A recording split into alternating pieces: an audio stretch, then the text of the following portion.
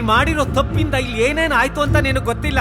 ಸರ್ಕಾರ ಮುಂದೆ ಯಾರು ಯಾವತ್ತೂ ಹೀಗೆಲ್ಲ ಮಾತಾಡಿರ್ಲಿಲ್ಲ. ಅಮ್ಮ, ನಿಮ್ಮ ತಂದೆ ಏನೇನೆಲ್ಲ ಹೇಳ ಸರ್ಕಾರ, ಇವರಿಗೂ ಹೀಗೆಲ್ಲ ಆಗುತ್ತೆ ಅಂತ ಗೊತ್ತಿರ್ಲಿಲ್ಲ ಸರ್ಕಾರ.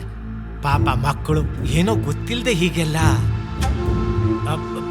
ಸರ್ಕಾರ ಏನು ಅಂತ ನಿನಗೆ ಗೊತ್ತು. ನಿಮಗೂ ಇವನು ಏನು ಅಂತ ಗೊತ್ತಿಲ್ಲ.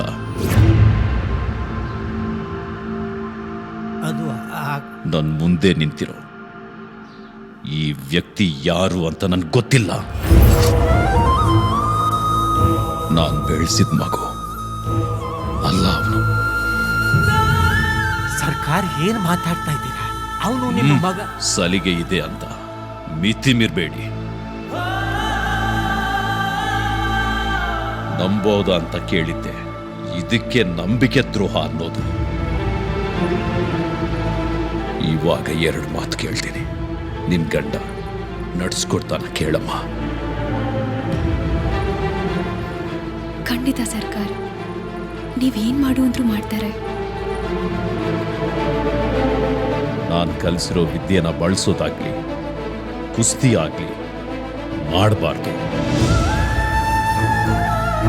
ಅವನು ಎಲ್ಲಾದ್ರೂ ಚೆನ್ನಾಗಿರ್ಲಿ, ಇನ್ ಮುಂದೆ ನನ್ನ ಕಣ್ಗೆ ಕಾಣಿಸ್ಕೋಬಾರ್ದು.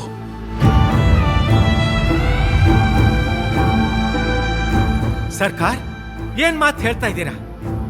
ಅವನ್ನ ಮನೆ ಬಿಟ್ಟು ಹೋಗು ಅಂದ್ರೆ ಎಲ್ಲಿ ಹೋಗ್ತಾನೆ ಇವನು? ಇವನು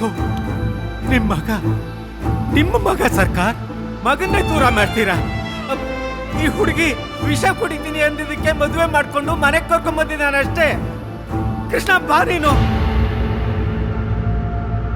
ಮೊದಲನೇ ಸಲ ನನ್ನ ದೇವ್ರು ನನ್ನ ಹತ್ರ ಏನೋ ಕೇಳ್ತಾ ಇದ್ದಾರೆ ಮೂರ್ತಿ ಅಣ್ಣ.